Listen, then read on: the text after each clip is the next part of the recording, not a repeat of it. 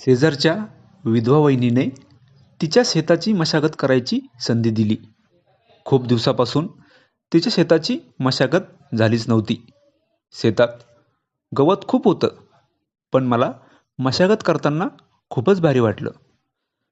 नमस्कार मित्रांनो, स्वागत आहे तुमचं आमच्या चॅनलमध्ये.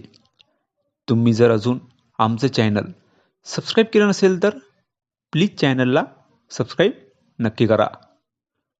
बायको गरोदर होती. आता ती तिच्या माहेरी जाणार होती. मी विजय आणि माझी बायको शुभांगी. मी तिला म्हणालो, शेवटच्या महिन्यात जा, मला करमणार नाही तुझ्याशिवाय. पण बायकोला आराम पाहिजे होता, त्यामुळे ती लवकरच माहेरी गेली.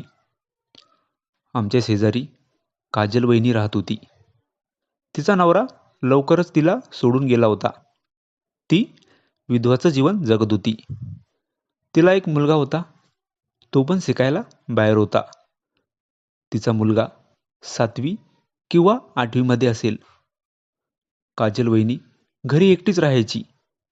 तिचा नवरा कोणत्या तरी नोकरीला होता, त्यामुळे तिला थोडाफार पगार भेटायचा.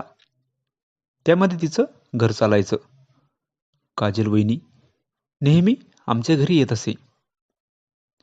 माझ्या बायकोचे आणि तिचे खूपच जवळचं नातं झालं होतं. माझी बायको आता माहेरी निघाली, तेव्हा तिने काजल वहिनीला सांगितलं की माझ्या नवऱ्याच्या जेवणाचं बघ. काजल वहिनी म्हणाली, काळजी नको करू, मी आहे ना. बायको गेल्यावर काजल वहिनी माझा स्वयंपाक करून द्यायची आणि माझ्यासोबतच जेवण करायची. 2-3 दिवसानंतर काजल वहिनीचं राहणीमान अचानक बदललं. काजल वहिनी जेव्हा माझ्या घरी यायची तेव्हा खूपच छोटे कपडे घालून यायची. एक दिवस तर वहिनी म्हणाली, विजय, शुभांगी माहेरी गेली तर तुला करमतं का? मी म्हणालो, नाही वहिनी, करमत नाही. वहिनी म्हणाली, का? बायको जवळच पाहिजे? मी म्हणालो, हा, बायको आहे ती. वहिनी म्हणाली, विजय, मी आहे ना मग. वहिनी काय बोलते मला तर अगोदर समजलंच नाही. मी वहिनीला म्हणालो, तुम्ही आहे म्हणजे? वहिनी म्हणाली, विजय, मला पण असं वाटतं माझ्याजवळ पण कोणी असावं. वहिनीने तर मला सांगितलं की खूप दिवसापासून शेताची मशागत झालीच नाही.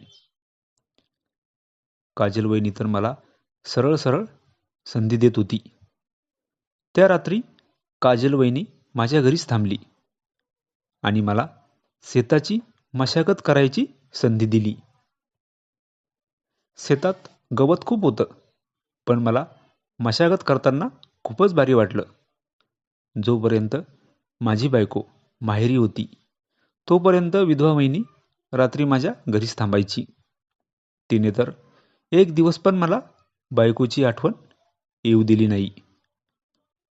ही कथा पूर्णपणे काल्पनिक असून वास्तविक जीवनाशी काहीही संबंध नाही. ही कथा फक्त मनोरंजनासाठी आहे. मित्रांनो, कथा आवडल्यास चॅनलला सबस्क्राईब करा. धन्यवाद.